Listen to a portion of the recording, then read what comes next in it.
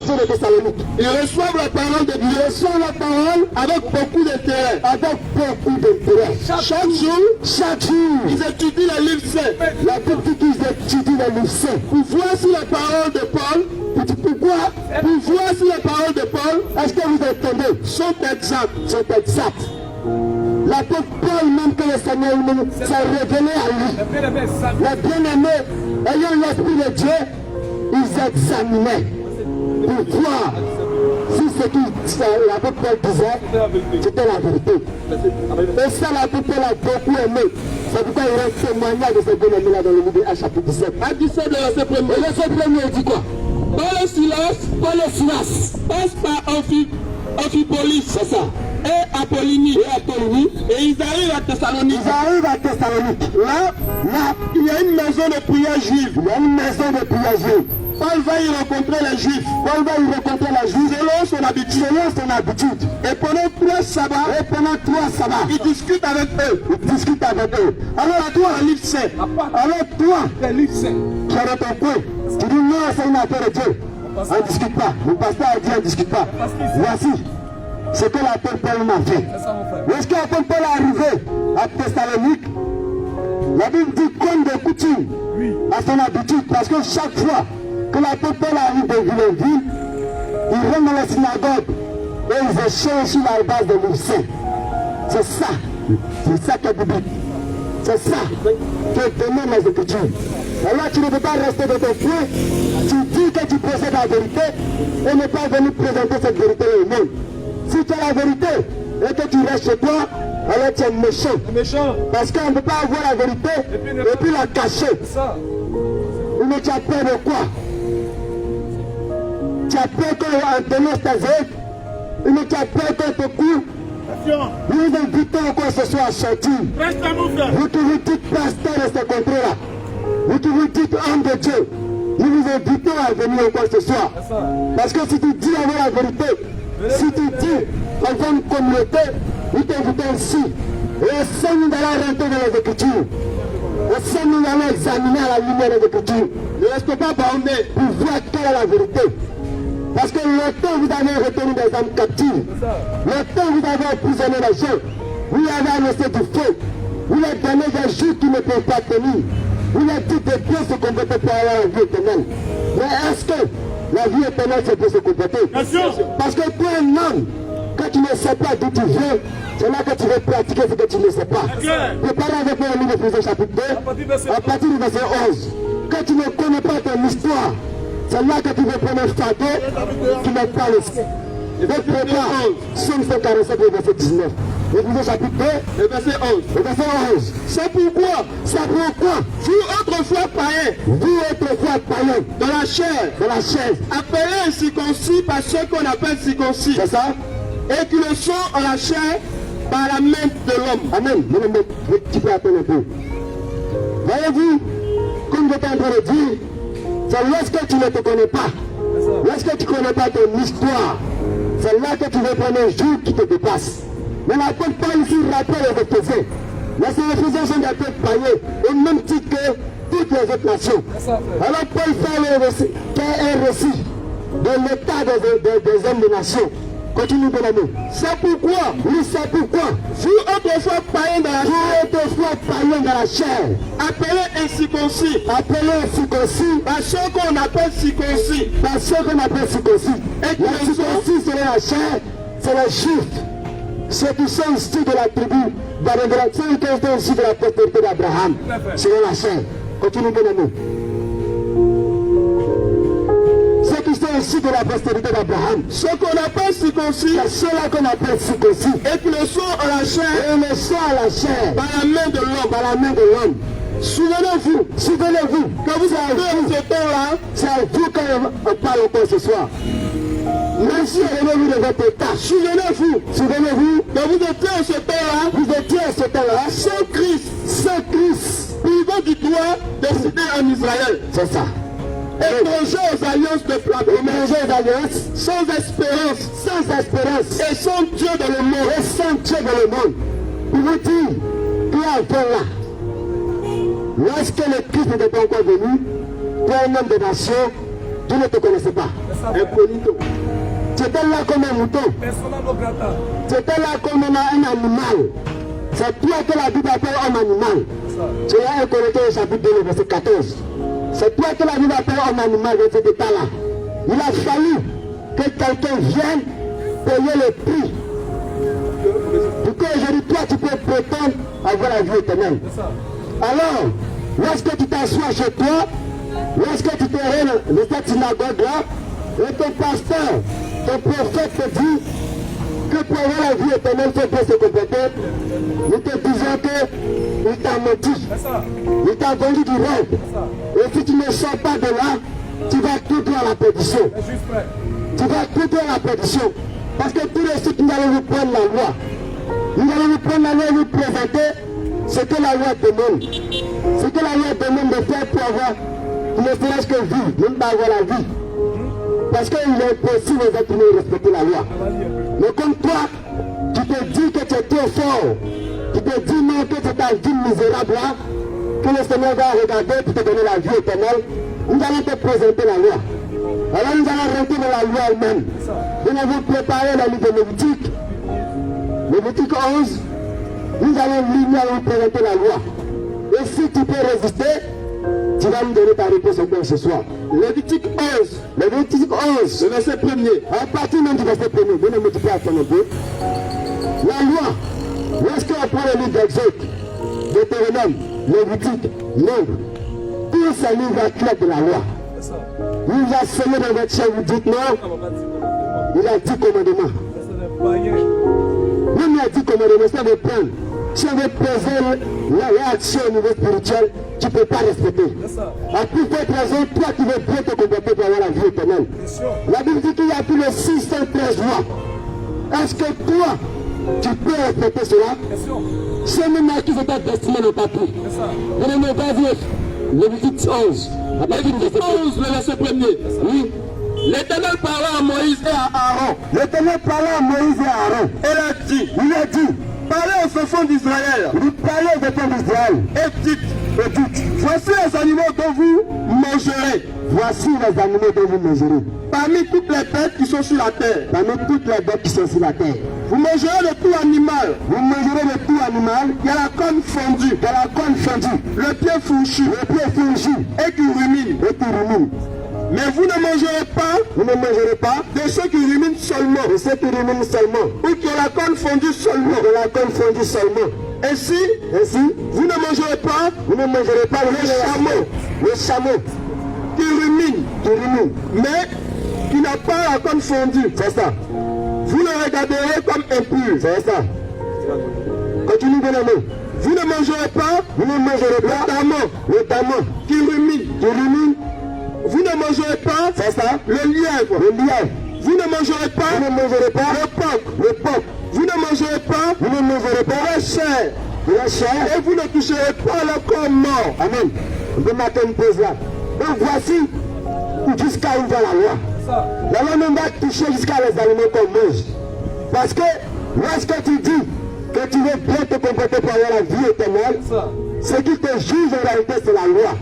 Alors nous allons te présenter la loi de Moïse, la loi lévitique, et toi-même tu vas juger. La loi va jusqu'à toucher même les animaux qu'on doit manger, même les poissons. La loi touche tout cela. Aujourd'hui, avec la charité de la vie, est-ce que toi tu peux te permettre de tuer certains aliments? Si tu veux vivre selon tes œuvres, si tu veux vivre selon ton bon comportement. Au verset 15, au verset 19, vas-y. Vous observerez mes lois. Il dit vous observerez mes lois. Tu n'accoupleras point les bestiaux de deux espèces différentes. Aujourd'hui, les scientifiques sont tellement intelligents qu'ils font des croisements. Tu ne semenceras point ton champ de deux espèces de semences. C'est ça. Et tu ne porteras pas un vêtement tissé de deux espèces de fils. Amen. Voici un élément qui est très très compliqué à respecter. On dit, la loi dit que tu ne vas pas tisser ton vêtement de deux fils différents. Donc est-ce que toi, un être humain, tu peux pratiquer cela? Aujourd'hui, lorsque tu vas acheter un habit, tu dois prendre la peine de regarder si les fils ne sont pas différents. Ça, c'est ce que demande la loi. C'est selon ça que les Israélites vivaient. C'est C'est selon ça que les Israélites vivaient. Alors toi qui n'es pas israélite, toi qui n'es pas juif, tu te vas soulever quelque chose qui ne te regarde même pas. Quelque chose qui ne t'a même pas destiné. Parce que souvenez-vous de votre état. Dans le livre d'Éphésiens chapitre 2 à partir du verset 11. La Bible dit que nous étions étrangers aux alliances. Étrangers à la promesse de Dieu. Mais toi, quelque chose qui ne te concerne pas, tu dis que tu veux pratiquer. Et c'est même ça que vos hommes de Dieu sont allés soulever la dîme. Ils sont allés soulever quelque chose qui ne les regarde même pas. Et lorsqu'on vient vous délivrer de cela, c'est vous qui murmurez, c'est vous qui parlez. Mais aujourd'hui, nous allons rentrer dans cela. Nous n'allons même pas aller en profondeur. Mais nous allons vous présenter seulement ce que c'est de la dîme. Et vous-même, vous allez juger de vous-même. Parce que lorsqu'on vous parle, vous pensez que nous, on est en train de raconter des choses. Mais nous allons entrer un peu en profondeur de la dîme. Préparez le livre de Deutéronome. Mais avant de rentrer dans la dîme, Amen. Amen. Amen. Comme le disait, c'est dans la loi que vos hommes de Dieu sont allés toucher la dîme. Et ils sont allés toucher la dîme. On veut vous délivrer de cela. Vous dites non, non, non. Mais attends, je ne peux pas comprendre. Comment on veut te délivrer de ton bourreau? On veut te délivrer de ton agresseur. Tu dis non, que je me perds là-dedans. Mais sache une chose, quand tu pratiques les œuvres de la loi, si tu meurs là-dedans, ton enfer est clair. Si tu crois que c'est en te comportant bien, si tu crois que c'est en ne volant pas, en ne tuant pas, en ayant une vie pieuse, que tu seras sauvé, alors tu as tout fait. Parce que dit les Écritures? Vous préparez Galates chapitre 3, le verset 10, et Jacques chapitre 2 aussi, le verset 10. Parce que le témoignage de 2 ou de 3 est vrai. C'est clair, frère. Galates 3, le verset 10. Oui, oui, une malédiction frappe. Ce n'est pas moi qui dis, ceux qui comptent sur l'obéissance à la loi. Donnez-moi, tu peux répondre. Oui, oui. Une malédiction frappe. Une malédiction frappe. Ceux qui comptent sur l'obéissance à la loi. Ceux qui tombent sur l'obéissance à la loi. En effet, les livres saints disent. Les livres saints disent quoi? Celui qui n'obéit pas, sans cesse à tout ce qui est écrit, sans cesse à tout ce qui est écrit dans le livre de la loi, celui-là sera maudit. Alors on a lu un peu la loi. Comme je l'ai dit, Exode, Deutéronome, Lévitique, Nombre, tous ces livres-là parlent de la loi. Il y a des recommandations là-dedans. On a touché seulement une infime partie, concernant même les animaux. On dit qu'il ne faut pas manger le porc, alors que loin de nous, tout près, à côté de nous ici, c'est la viande qu'elle a pu briser. Et toi, tu dis que tu veux respecter la loi. Parce que sans le savoir, c'est en se comportant bien qu'on respecte la loi. C'est en voulant bien faire de ses propres efforts. C'est là que la loi rentre en ligne de compte. Mais est-ce que avoir la vie éternelle, c'est bien se comporter? C'est la question que nous allons vous poser encore ce soir. Interrogez-vous. Comme je l'ai dit, si on t'a annoncé que tu veux bien te comporter, pour faire de bonnes actions pour aller au ciel, on t'a menti. On t'a vendu du rêve. C'est impossible. Lui, Jacques chapitre 2, verset 10. Ils vont comprendre quelque chose. Parce que là-bas encore, Jacques a répété la même chose que Paul. Et comme je l'ai dit, le témoignage de 2 ou de 3 est vrai. Paul a dit aux Galates que ceux qui veulent vivre sur... Amen, vas-y. Oui. Celui qui suit toute la loi, mais qui désobéit à un seul commandement, bien-aimé, reviens doucement, ils vont comprendre quelque chose. Jacques chapitre 2, verset 10. Le verset 10, c'est quoi? Oui. Celui qui suit toute la loi, mais qui désobéit à un seul commandement, est coupable envers toute la loi. Amen. Alors vous le jugez vous-même. Tu peux bien te combattre aujourd'hui. De les heures qui suivent, c'est toi qui es triste. C'est toi qui dis, oh, je t'aimais. Oh, j'ai fait ceci, j'ai fait cela. Automatiquement, la loi te dit que tu es coupable de toute la loi si tu transgresses une seule loi. Si tu transgresses une seule loi, tu es coupable de toute la loi, le 613. automatiquement tu es sous la malédiction. Quand on pose la question, et si le Seigneur venait me trouver dans cet état, où est-ce qu'il ira mon âme? Parce que tu dis que c'est quand je vais bien me comporter, c'est quand je vais respecter ceci, c'est quand je ne vais pas faire cela, c'est quand je vais faire ceci que j'irai au ciel. Maintenant, on te présente la loi. Parce que c'est la loi qui pèse les œuvres. Et lorsqu'on te présente cette loi-là, la même loi te dit que si tu transgresses une seule de ces lois-là, tu es coupable de toute la loi entière et tu es sous la malédiction. Alors, tu peux poser une bonne action dans les minutes qui suivent, qui te retrouvent dans le péché. Donc vous nous aimez si bien le dit, tu as péché, tu as péché. Alors, instantanément, à cette même date, le Seigneur se vient. Toi, tu te retrouves dans quel cas? Tu es sauvé, mais tu n'es pas sauvé. C'est la question à te poser. Parce que quand tu veux vivre selon la loi, il faut t'attendre aussi à cela.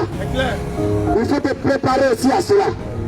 Parce qu'ils sont nombreux aujourd'hui dans la rue d'Abidjan qui pensent que la vie éternelle, c'est bien se comporter. Et il y a un groupe même, eux ne vont plus loin. Ils sont dans l'avènement. C'est eux qui prennent de l'eau pour se laver les pieds, pour se laver à tout moment. C'est vrai, c'est hygiénique parce que quand ils vont uriner, ils prennent la peine de nettoyer les sexes. C'est hygiénique. Mais ce n'est pas ça qui va vous purifier, c'est impossible. Parce que tu ne peux pas prendre le ressort ici pour laver tes péchés qui sont spirituels. C'est pas possible. Alors ce soir, nous vous interpellons. Si vous vous retrouvez dans ces différentes pratiques-là, si vous vous retrouvez dans ces différentes religions, il est encore temps de sortir de cette religion-là. Car le Seigneur vous tend encore la main ce soir.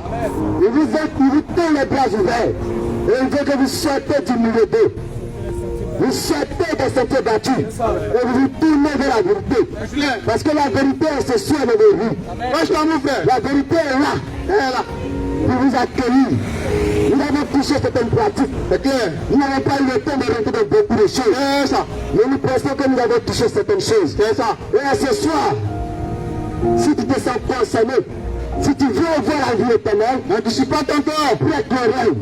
N'anticipe pas ton cœur et viens poser la question. N'aie pas honte, parce que tu as entendu. On t'a dit que longtemps tu as pratiqué le catholicisme. Tu as fait 10 ans, 20 ans, 30 ans là-dedans, 100 ans. Mais tu es capable. Tu es capable aujourd'hui de défendre même ta doctrine. C'est clair. Tu es capable aujourd'hui d'annoncer, ne serait-ce que tu dis, ne serait-ce que ce que tu appelles bonne nouvelle.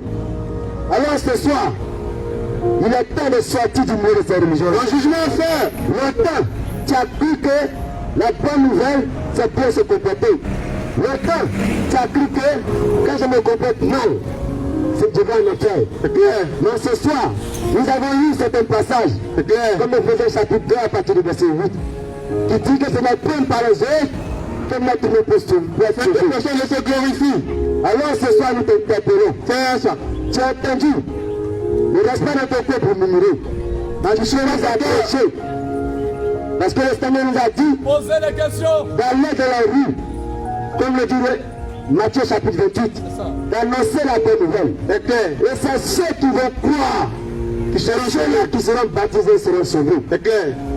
Qu'est-ce que mon frère? Alors si nous vous adressons cette parole ce soir, c'est par amour de l'amour. C'est l'amour Dieu qui se manifeste ici. C'est par amour que nous sommes dans nos rues. Nous avons touché des pratiques, mais certaines presque elles ont échappé. Les deux qui sont assis, non, n'ont pas touché à nos prophètes.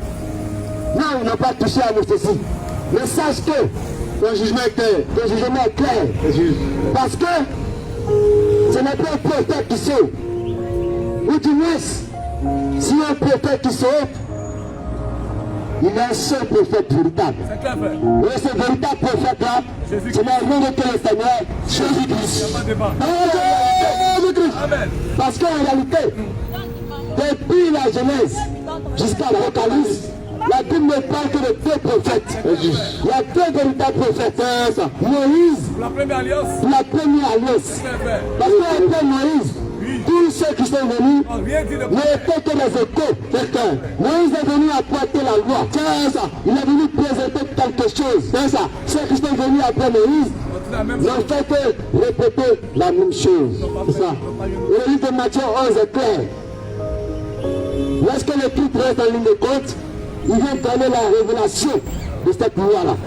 Et c'est lui qui vient établir la deuxième alliance. Donc si tu penses que c'est en suivant ton prophète que tu seras sauvé, alors tu as tout fait. Parce que celui-là n'a rien fait pour toi. Un aveugle peut conduire qu'un aveugle n'a jamais versé ses saintes. Au contraire, il est là pour t'escroquer. Quand ton argent est là pour te torpiller, t'appeler la vie cadeau. Il est là pour te montrer un faux chemin. C'est parce que lui-même c'est un aveugle. C'est ça. Et la Bible dit, lorsqu'un aveugle conduit des aveugles, et tous tes malheurs, même tout. Alors il a encore temps pour toi de sortir de là. Laissez-y-toi. Il a encore temps de sortir de sa religion. Alors nous vous appelons encore ce soir. C'est ça. À venir poser vos questions. À venir sortir de tout ce qui est ministère. De tout ce qui est évolution. De tout ce qui est baptiste. De tout ce qui est catholicisme. De tout ce qui est soi-disant évangélique. Parce qu'il y a une seule église que le m'a bâti. Il a bâti au prix de son sang. Ce n'est pas un être humain qui l'a fait. Jamais. Alors ce soir, si tu te rends à ce lieu, nous t'interpellons et te disons que notre sang, tu as demeuré dans le noir. Et ce soir, la lumière est là pour t'éclairer. Parce que lorsque la lumière vient, elle n'est pas là pour se cacher. Elle est là pour éclairer. Alors toi qui te retrouves dans cette ténèbre, nous t'invitons encore ce soir. C'est ça. Nous t'invitons à venir poser des questions. Tu as écouté, tu as entendu. On ne reste pas là. N'aie pas honte. Lève-toi. Et le courage. Quand il s'agit d'une affaire de vie ou de mort. De défendre ta doctrine. Alléluia. Amen. Gloire à notre Seigneur Jésus-Christ. Amen. Alors nous allons passer à une autre étape. C'est ça. Nous avons touché la surface. Maintenant nous allons rentrer en profondeur. Alors nous vous demandons de prêter oreille et d'écouter, d'être attentif. Et après quand vous allez poser vos questions. Car comme nous l'avons dit, nous sommes ouverts aux questions. Nous ne sommes pas fermés. C'est lorsque tu vas poser la question concernant ta pratique que tu seras mieux éclairé. C'est ça. Longtemps tu as été dans le noir. Alors la lumière est là pour t'éclairer ce soir. Tu ne peux pas savoir. Alors nous vous invitons.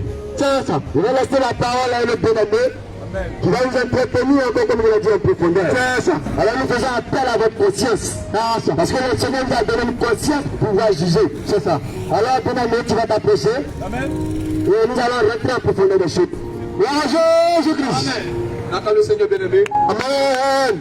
Nous remercions le Seigneur pour sa grâce. C'est ça. Il nous fait encore ce soir d'être présent dans ce lieu. Amen. Parce que sans lui, cela est impossible. Je sais que la population présente regarde avec un étonnement, en se posant des questions. C'est pas cette bonne nouvelle que ces personnes sont déjà avancées. Mais sachez que tout ce qui ont fait ici, c'est par l'esprit. Et non par la chair. Et sachez une chose, le Seigneur vous aime. Et son amour fait qu'aujourd'hui encore, il dispose le temps et l'espace pour que nous soyons encore avec vous pour partager la vérité. Amen. Parce que vous connaissez la vérité vous affranchira. Et lorsque la lumière apparaît, l'obscurité doit disparaître. C'est ça. Nécessaire. La lumière peut pas être présente. Et l'obscurité sera toujours là. Jamais aussi. Donc soufflez qu'on ne partage pas forcément les mêmes opinions. On ne partage pas. On n'a même pas les mêmes manières de voir les choses. C'est normal. C'est normal. On ne peut pas avoir la même manière de voir les choses. Jamais. Les apôtres n'ont pas eu la même manière de voir les choses. C'est ça. Avec les religions de l'époque. Oui, la religion. C'est ça. La religion, qu'est-ce que c'est? Parce qu'aujourd'hui, tu peux te trouver dans une localité où on prononce le mot Jésus. C'est ça. Où le mot Jésus est prononcé. C'est ça. Dieu, Jésus. Mais laisse-moi te dire, tu peux être religieux. C'est ça. Tu peux être religieux parce que mon frère a déjà dit, et c'est une mise en garde que le Seigneur a fait. Et ce n'est pas tous ceux qui disent Seigneur Jésus qui rentrent dans le règne des cieux, mais sauf celui-là qui fait la volonté de mon Père. Amen. Alors quand on parle de religion, on ne parle pas de celui qui va dans la forêt pour aller faire un sacrifice. Non, les esprits, les génies, les féticheurs ne sont plus dans la forêt. Et les féticheurs portent des vestes, ils portent des costumes maintenant. Et ils sont dans les synagogues, dans des bâtiments bien bâtis. Et ils sont là pour vous torpiller. C'est juste. Pour torpiller votre âme jusqu'à votre poche. C'est ça. Il dit, mais ils torpillent votre âme C'est ça. jusqu'à votre poche.